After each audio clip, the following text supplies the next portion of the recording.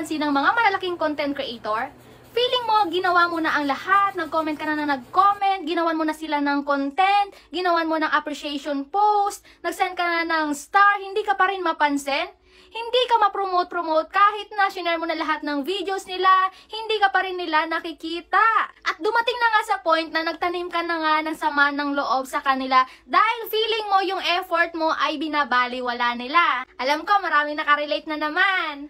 Alam nyo ba na hindi natin sila masisisi dahil may kanya-kanya din po silang buhay bukod sa pagko-content. At alam nyo ba, hindi naman sila nakatutok lang sa kanilang cellphone at once na mag-comment ka nga ng count me in, ng pa-promote po, ng payaka po, hindi po talaga nila yan mapapansin unless mag-comment po kayo ng kakapost pa lang nila na nandun pa sila nakababad sa kanilang cellphone at maganda ang inyong comment, may chance at malaki po ang chance na mapansin po kayo nila. Pero kapag hindi po talaga umepek yung inyong mga effort na halos mala telenovela na ang inyong kinoment pero hindi pa rin kayo napansin, ay wala na po tayong magagawa doon kasi kanya-kanya naman po sila ng mga trip sa buhay, kanya-kanya ng strategy kung paano sila nagko-follow back sa kanilang followers, kung ano ba ang batayan nila. So, hindi ko rin naman po ginajudge yung ibang malalaking content creator doon dahil iniingatan din po nila ang kanilang account. Dahil alam nyo naman po, kapag kasi mameta na ang kalaban, nako wala po tayong laban doon kapag ka po tayo ay pinarusahan. At wala pong exemption sa mata ni Mameta kapag ka po tayo ay lumabag sa policy issue. At sana po ay maintindihan po ng lahat iyon. Kapag ganun po ang nangyari, wag po tayong papaapekto porque hindi po tayo pinansin ng malalaking content creator dahil paulit-ulit ko pong sinasabi sa inyo, wala sa kanilang kamay ang ating success dito sa Facebook, dito sa pagiging content creator kay Meta, wala po sa kanila yon. Sa content po natin yon at sa ating effort na pakikipag-engage sa ating mga followers. At saka po, bakit tayo mag-focus sa malalaking content creator kung napakarami naman pong small content creator na handang sumuport po sa atin? Alam niyo po ba na mas madali tayong mapapansin ng ating kapwa small content creator kahit na mababa ang kanilang followers kapag po nagsama-sama po kayo? Ay malaking bagay na po yun. Dahil po, ang lahat ng big content creator ay nag-umpisa po yan sa pagiging mababa. At talagang swerte lang po talaga na sila ay napansin ni Meta. Kaya po sila ay tumaas ng tumaas ang kanilang mga followers. Kaya kung feeling nyo nasasayang po yung effort nyo sa kakapapansin sa malalaking content creator, why not ibaling nyo ang inyong atensyon sa kapwa nyo, small content creator?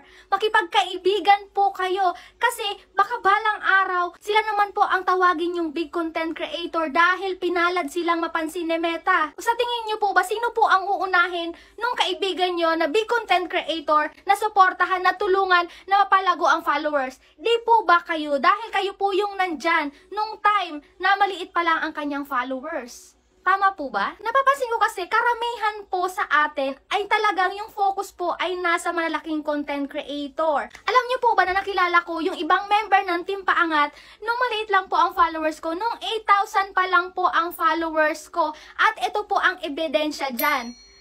8,000 pa lang po ang followers ko ay nagpapansin po ako kay Ma'am Blessy Grace Maningo na nung time na yon ay 10,000 followers po siya. Hindi ko to pinapakita para mag-brag na naunahan ko siya sa pagtaas ng followers, kundi pinapakita ko po sa inyo na i-appreciate din po natin yung ating kapwa small content creator na why not sa kanila naman tayo magpapansin, diba? Dahil malaki ang chance na pansinin nila tayo dahil makonti pa lang din ang kanilang followers katulad natin. So kapag kayong followers niya ay nakilala kayo at yung followers nyo ay nakilala siya, diba malaking tulong yon? Biruin nyo 10,000 yung followers ni Ma'am Blessy that time at sa akin ay 8,000. 2,000 lang po ang difference. So, pinili kong mapapansin sa kanya kasi kapag ka pre-nomote niya ako, kapag ka share niya yung reels ko sa kanyang account, o diba po madadagdagan din po ang aking followers nun. Pareho din po dahil na-flex ko siya sa aking account, makikilala din po siya ng aking followers. So, diba, both win-win po ang ganitong sitwasyon.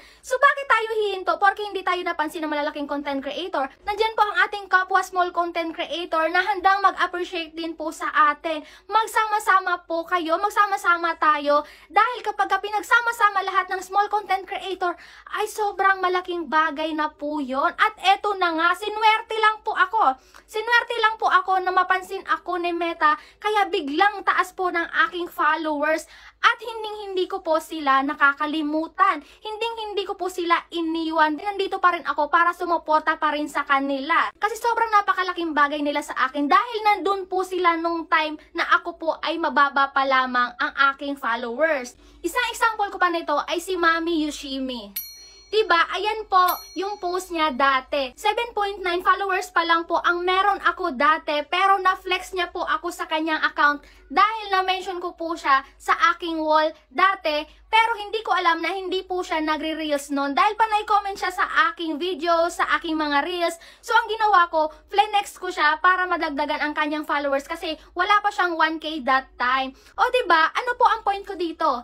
Hindi porket maliit na content creator ay dededmahin na po natin sila. Ang gawin po natin, appreciate natin lahat yung mga nakasupport sa atin, mapaliit man yan o mapalaki. Kasi po napakasarap sa pakiramdam kapag binalik po nila yung appreciation na binigay mo sa kanila. Tulad nga sa example ko dun sa dalawang nabanggit ko na member ng Team Paangat. Kaya anong lesson po dito? Kung tayo po ay walang swerte sa malalaking content creator na manotice nila, na ma-appreciate nila, ibaling po natin sa iba ang ating focus. Doon po tayo sa maliliit na content creator habang inaantay po natin na manotice tayo ng malaking content creator. Huwag po tayo magpadala sa ating emosyon na porke hindi tayo napansin ng malaking content creator ay talaga namang mag-spread na tayo ng mga negativity sa ating mga wall. So positive lang po tayo sa lahat ng bagay. Kapag ka itong strategy na to ay hindi umepekto sa'yo, hindi nag-work, maghanap po tayo ng ibang strategy at baka dun po tayo swerte. Ha? So ayun po, huwag po natin idepende sa ibang content creator ang success natin dito sa pagko-content sa Facebook dahil sa atin po nakadepende yon sa effort po na ginagawa natin. So keep uploading lang po ng mga quality and engaging contents. Uulitin ko lang po, hindi po ito contest na padamihan ng followers. Hindi po tayo binabayaran sa paramihan ng followers. Binabayaran tayo sa views ng ating mga videos. Kung ayan ang goal nyo na magparami ng followers,